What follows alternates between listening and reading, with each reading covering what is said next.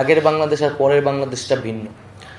অন্তত আমার জায়গা থেকে, সাধারণ মানুষের জায়গা থেকে এই পার্থক্যটা আমরা ফিল করি আর কি। এবং আমার তো আজকে এখানে আসলে বসে থাকার কথা ছিল না, হয়তো অন্য একজনের ছিল। এবং এটা তো নিউজও হয়েছে যে সরকারি চাকরিতে কোটা সংস্কার চেয়েছিল, এখন নিজেরাই হয়ে গেছে সরকার। তো আমরা আমাদের যে আন্দোলন, সেই আন্দোলনের কিছু প্রিন্সিপাল ছিল যে আমরা বলেছিলাম যে একটা মেধাভিত্তিক বাংলাদেশ আসলে আমরা গঠন করতে চাই। তাই আমরা মনে করেছিলাম যে সরকারি চাকরিতে মেধাটা প্রায়োরিটি থাকা উচিত। কোটা থাকতে পারে, যতটুকু প্রয়োজন সেতটুকু রেখে সংস্কার করে মেধাটাকেই প্রায়োরিটি দেওয়া হোক। কারণ বাংলাদেশকে এগিয়ে যেতে হলে মেধাবীদের প্রাধান্য দিতে হবে। কারণ আমরা দেখতে পাচ্ছি যে মেধাবীরা দেশ নিয়ে হতাশ, তারা ব্যাপক পরিমাণে বিদেশমুখী, কারণ তারা মনে করছে যে তাদের মেধাটা আসলে যথাযথ গুরুত্ব দেওয়া হয় না বাংলাদেশে, বা তার কোনো সুযোগ নেই। দ্বিতীয়ত, আমরা এই যে একটি অভ্যুত্থান আসলে হয়ে গেল একটা কোটা সংস্কার আন্দোলন থেকে, এটা একটা রাষ্ট্রীয় একটা ন্যাশনাল মুভমেন্টে পরিণত হইল। এর এর একটা অ্যাসপাইরেশন আছে, একটা আকাঙ্ক্ষা আছে যে এত এত মানুষ আসলে নেমেছে, শহীদ হয়েছে, রক্ত দিয়েছে। বাংলাদেশের ইতিহাসে 1971 সাল একটা যেমন বড় ঘটনা, আমরা একটা নতুন রাষ্ট্র, স্বাধীন সার্বভৌম রাষ্ট্র পেয়েছি, এরকম 2024-এর এই জুলাই অভ্যুত্থান আরেকটি বড় ঘটনা হিসেবে ইতিহাসে আসলে থাকবে। কিন্তু এই ইতিহাসের এই ঘটনাটিকে আমরা যথাযথ মূল্যায়ন করতে পারবো না যদি তার যেই পরবর্তী এই সময়টা যদি আমরা কাজে লাগাতে না পারি। আমরা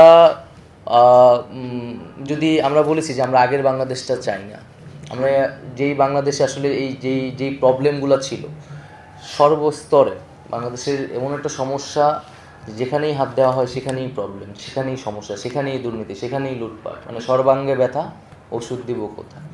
তো এটা রাষ্ট্র কাঠামোর আমূল পরিবর্তন ছাড়া, সংস্কার ছাড়া আসলে বাংলাদেশ এগিয়ে যেতে পারবে না। আমরা চাই না যে শুধু ব্যক্তির পরিবর্তন না, কয়েকজন ব্যক্তির পরিবর্তন করে সমস্যাটা মিটবে না যদি আমরা কাঠামোগত পরিবর্তন না করতে পারি।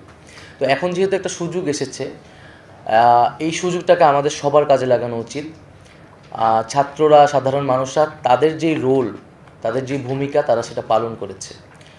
রাজপথে তারা সেটা করে দেখিয়েছে, বা সামনেও করে দেখাবে। আমরা জানি না আমরা এখানে কতদিন আছি বা বাংলাদেশে স্থিতি অবস্থা কতদিন থাকবে, কিন্তু আমি যেটা বলতেছিলাম যে এটা একটা সুযোগ। তো সাধারণ মানুষ, ছাত্ররা তাদের জায়গা থেকে করেছে। এখন আপনারা যারা ব্যুরোক্রেট, আপনারা যারা অভিজ্ঞ, আপনাদের সামনে এখন এই সুযোগটা আসছে। আপনারা এখন এই সুযোগটাকে কতটা কাজে লাগাবেন দেশের স্বার্থে, জনগণের স্বার্থে। কারণ বাংলাদেশের যে দ্বিদলীয় চক্র, যে দল আসে এবং সেই দল একটা ব্যুরোক্রেসি বা প্রশাসন থেকে সব কিছুকে একটা দলীয়করণ করে, অন্তত এই সময়টা সেটা সুযোগ হওয়ার সম্ভাবনা খুবই কম। কারণ আমরা আসলে তো কোনো দল নই এখন, এবং আমরা একটা কমিটমেন্টের ভিতর দিয়ে, একটা অভ্যুত্থানের ভিতর দিয়ে আসলে এসেছি। তো এই সুযোগটা এখন সবার সামনে এসেছে যে আপনি রাষ্ট্রের জন্য, জনগণের জন্য যদি আপনাদের সত্যিকার অর্থে কিছু করার অ্যাসপাইরেশন থাকে, সেটা আপনারা করতে পারবেন। আমার কাজ হচ্ছে সেটাকে অ্যাপ্রুভ করে দেওয়া। আমি এখানে এসেছি একটা জনগণ যা চায়, তা সেই সাধারণ মানুষের বক্তব্যটা, তার আকাঙ্ক্ষাটা, তাদের দাবিগুলো আমি এখানে উত্থাপন করব। এবং আপনাদের কাজ হচ্ছে সেটাকে বাস্তবায়ন করা, বা আপনাদের জায়গা থেকে যদি আপনাদের প্রস্তাবনা থাকে সেইটা আমি আমার জায়গা থেকে সেই অনুযায়ী কাজ করব। আর আরেকটা বিষয় হচ্ছে যে বাংলাদেশের তরুণরা যেভাবে জেগে উঠেছে, এটা পুরো পৃথিবীতে এখন এটা নিয়ে আলোচনা চলছে, গবেষণার বিষয় পরিণত হয়েছে। আর পুরো পৃথিবীতেই 90s পর থেকে একটা বিরাজনীতিকরণ যুগ বলা হয়, ডিপলিটিসাইজেশন শুরু হয়েছে, যে তরুণরা রাজনীতি নিয়ে, রাষ্ট্র নিয়ে মাথা ঘামায় না। তো এরকম একটা সময় আসলে বাংলাদেশ থেকে তরুণরা যেভাবে জেগে উঠেছে, তো এই তরুণরা দেশ গঠনে কাজ করতে চায় নানাভাবে। এবং এই তারুণ্যের সাথে অভিজ্ঞতা, যারা আপনারা অভিজ্ঞতা, এই জেনারেশনাল গ্যাপটা কমাতে হবে। যে আপনারা আপনাদের অভিজ্ঞতা অনুযায়ী ডিরেক্ট করবেন, তারুণ্যের যেই উদ্যম শক্তি, তার যে ক্রিয়েটিভ আইডিয়া, সেটাকে ব্যবহার করতে হবে। তরুণদেরকে যতভাবে এঙ্গেজ করা যায় সরকারি নানাভাবে, সেই এঙ্গেজমেন্টের জন্য আমার সাজেশন থাকবে। এবং হচ্ছে আমি সহজভাবে যেটা বুঝি যে প্রশাসন, ব্যুরোক্রেসির সাথে আসলে পলিটিক্সের পার্থক্য কী, বা একজন ব্যুরোক্রেটের সাথে পলিটিশিয়ানের পার্থক্য কী। একজন ব্যুরোক্রেসির কাজ হচ্ছে যে কোনো একটা জটিল কাজকে সহজভাবে বাস্তবায়ন করা, সফিস্টিকেটেডভাবে বাস্তবায়ন করা, অ্যাকচুয়ালাইজেশন করা। ব্যুরোক্রেসির কাজ না কোনো পলিটিক্যাল পজিশন নেওয়া, ব্যুরোক্রেসির কাজ না হচ্ছে কোনো কোনো ধরনের, মানে ব্যুরোক্রেসি জাস্ট অ্যাকশন করবে। আর পলিটিশিয়ানের কাজ হচ্ছে সে পলিটিক্যাল পজিশন নেবে, সে সত্য বলবে, মিথ্যা বলবে, তার নানা ধরনের বক্তব্য থাকবে, সে জনস্বার্থের বিষয়টা দেখবে। আমি এখানে জনস্বার্থের বিরুদ্ধে কিছু হচ্ছে কিনা আমার কাছে সেটা, কিন্তু বাংলাদেশে যেটা হয়েছে যে ব্যুরোক্রেসি, গভর্নমেন্ট, মানে স্টেট, পলিটিক্যাল পার্টি, এগুলো সব একাকার হয়ে গেছে। বিজলি কেবলস যে কোনো স্থাপনার বৈদ্যুতিক সংযোগকে রাখে নিরাপদ। বিজলি কেবলস, নিরাপদ আজীবন। প্রশাসনের লোকের কথা, রাজনীতিবিদের লোকের কথা মানুষ আসলে পার্থক্য করতে পারে না। পুলিশ কমিশনারের মুখের কথা আর একজন রাজনীতিবিদের মুখের কথা কোনো পার্থক্য নাই, তাদের ভাষাগত কোনো ধরনের পার্থক্য নেই। তো আমাদের এই পার্থক্যটা করা দরকার। এবং ব্যুরোক্রেসির মতো কাজ করবে, পার্টির মতো কাজ করবে। তো সেই জন্য যেহেতু আমরা হয়তো কম সময়ই থাকবো, সো এই কম সময়ে আমার লক্ষ্যটা হবে যে মানে একটা দুটা কাজ করা, একটা চমক দেখানো, এটা আমার দরকার নেই। যে কিছু কাঠামোগত সংস্কার যদি করা যায়, আমি বারবার বলছি এটা আমাদের জন্য একটা অপরচুনিটিস, যে অপরচুনিটিসটা হয়তো একটা নির্বাচন আসলে আমরা জানি না কোন পার্টি আসবে, সেই অপরচুনিটিটা থাকবে না। সো এই সময়টায় যে স্ট্রাকচারাল চেঞ্জ, যেটা দীর্ঘমেয়াদী বাংলাদেশকে হেল্প করবে, এই ধরনের প্রস্তাবনা আমি আপনাদের কাছ থেকে প্রত্যাশা করব আর কি। সেই সংস্কারের কাজগুলো আমরা সর্বস্তরেই করার চেষ্টা করতেছি, রাষ্ট্রের জায়গা থেকে, একদম মন্ত্রণালয়ের ভিতরের জায়গা থেকেও। এটা হচ্ছে আমার একটা আপনাদের প্রতি আর্জি থাকবে।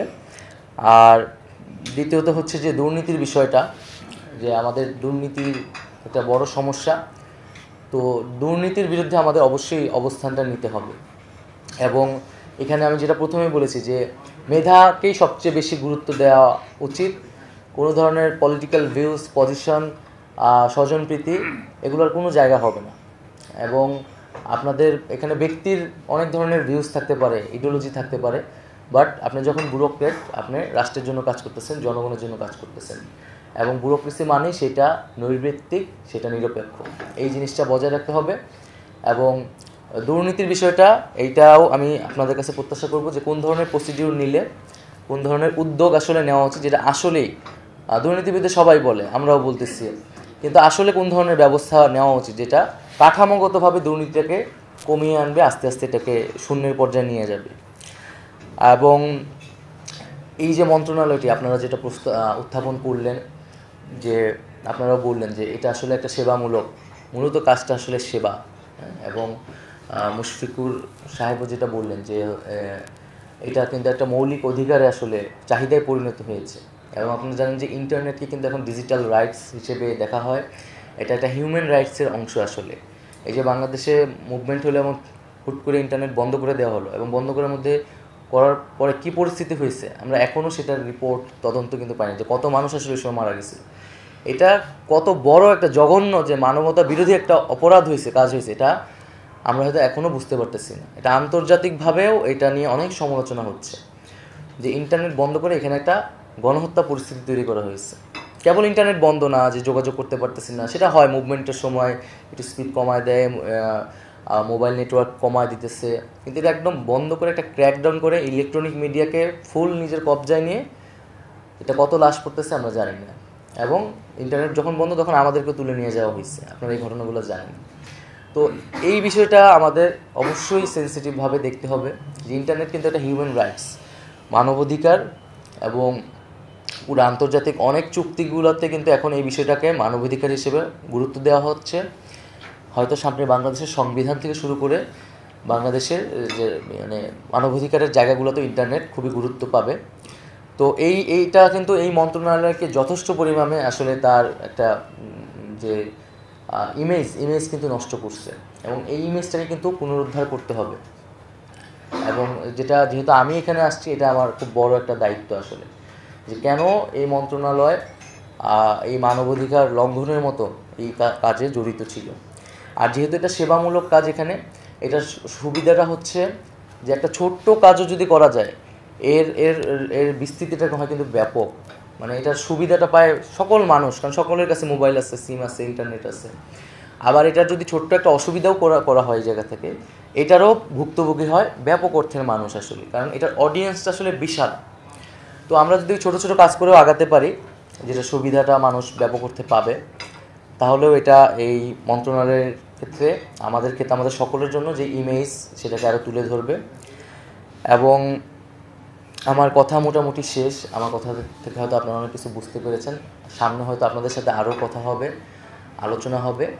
আমি খুব তরুণ, আমি তো আমার স্টুডেন্ট লাইফ আসলে এখনও শেষ হয় নাই, মাস্টার্স আমার চলমান ছিল। সেই জায়গায় একটা জরুরি পরিস্থিতি বাংলাদেশে হয়েছে, একটা দায়িত্ব আমাদের কাঁধে চলে এসেছে। তো আমরা আমাদের জায়গা থেকে করেছি, সাধারণ মানুষ রক্ত দিয়েছে। বাংলাদেশের মানুষ কিন্তু এখন আপনাদের থেকে শুনতে চায়, আপনাদের কাজ করতে চায়, আপনাদের থেকে কাজ দেখতে চায়। এবং বিগত সময়গুলোতে নানান হয়তো আপনারা কাজ করতে পারেন নাই, বা আপনাদের ভিতরে অনেক ধরনের আপনারা হয়তো চেয়েছেন, পারেন নাই, সেই ধরনের সুযোগ ছিল না। ওরা পুরো মুভমেন্টের সময় কিন্তু আমাদের অনেক ক্ষোভ ছিল সচিবালয়ের ভিতরে। আমরা এখান থেকে মিছিল করলে সচিবালয়ের সামনে ভুয়া ভুয়া বলতাম। তো কেন তারা আমাদের পক্ষে কথা বলতেছে না, বা তারা তো এই জায়গাটা এখন দূর করতে হবে, যেটা এখন বাংলাদেশের মানুষ আপনাদের উপর নির্ভরশীল। সুযোগ এসেছে, সব কিছু ওপেন হয়ে গেছে, এখন আপনারা কাজ করবেন এবং বাংলাদেশ এগিয়ে যাবে। আর আমি জাস্ট 2টা প্রশ্ন বা আমার জিজ্ঞাসার জায়গা, সেটা হয়তো আপনারা যদি উত্তর দেন। যে একটা তো আমি বলে ফেলেছি যে ইন্টারনেট কেন বন্ধ হলো, এই বিষয়টা আমি আসলে সুস্পষ্ট জবাব চাই।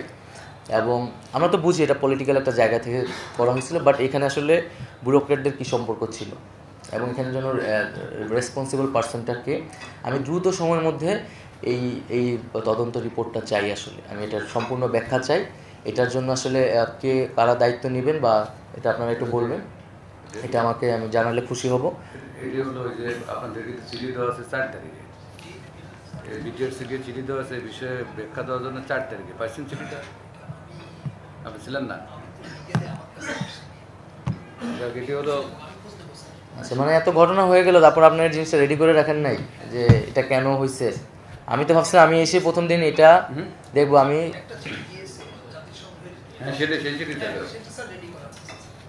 আচ্ছা, জাতিসংঘের জায়গা থেকে না, মানে আপনাদের প্রশাসনের জায়গা থেকে, যে আমি এটার ব্যাখ্যাটা জানতে আসলে কি হয়েছিল, একদম যেটা সত্য, যেটা যদি মন্ত্রী সাহেবের অর্ডারে হয়ে থাকে সেটা আপনারা বলবেন। যেখানে ব্যুরোক্রেটরা যদি যুক্ত থাকে বা তাদের অপারগতা থাকলে সেটা আপনারা উল্লেখ করবেন। হ্যাঁ, সেই অনুযায়ী আমি চাই দ্রুত সময়ের মধ্যে। এটা কত সময়ের মধ্যে আপনারা দিতে পারবেন? কত ডেডলাইন দেওয়া ছিল? আপনারা আগামীকালের মধ্যে পারবেন? হ্যাঁ, পারবেন। ঠিক আছে, তাহলে 24 ঘন্টার মধ্যে আমাকে একটা অন্তত প্রাথমিক ব্যাখ্যাটা আপনাদের প্রতিষ্ঠান থেকে আপনারা আমাদের কাছে আর কি এটা হাজির করবেন। আর দ্বিতীয়ত হচ্ছে যে ইন্টারনেট বিষয়গুলো পপুলার ডিমান্ডস। আমি আসার আগে যতটুকু মানুষের সাথে ইন্টারেকশন করেছি, আপনারা হয়তো আরও ভালো বলতে পারবেন, যে ইন্টারনেটের দাম কমানো নিয়ে কথা আছে, বিশেষত মেয়াদের বিষয়টা নিয়ে অনেক কথা আছে, যে ইন্টারনেট এটা আসলে সিম কোম্পানিগুলো মেয়াদ কেন থাকবে, বা এইটা নিয়ে আপনারা একটু বলতে পারেন খুব ছোট করে। আমরা হয়তো পরে এটা নিয়ে আলোচনা করবো আরও। আর আরেকটা হচ্ছে ইন্টারনেট এই ঘটনাগুলোর আগে যেই স্পিডে ছিল, এখন কি সেই স্পিডটা আবার ফিরে এসেছে কিনা? অনেকে বলছে আসে নেই এখনো। এই স্পিডের বিষয়ে বক্তব্য কি বিডিসিএল বলেন তো?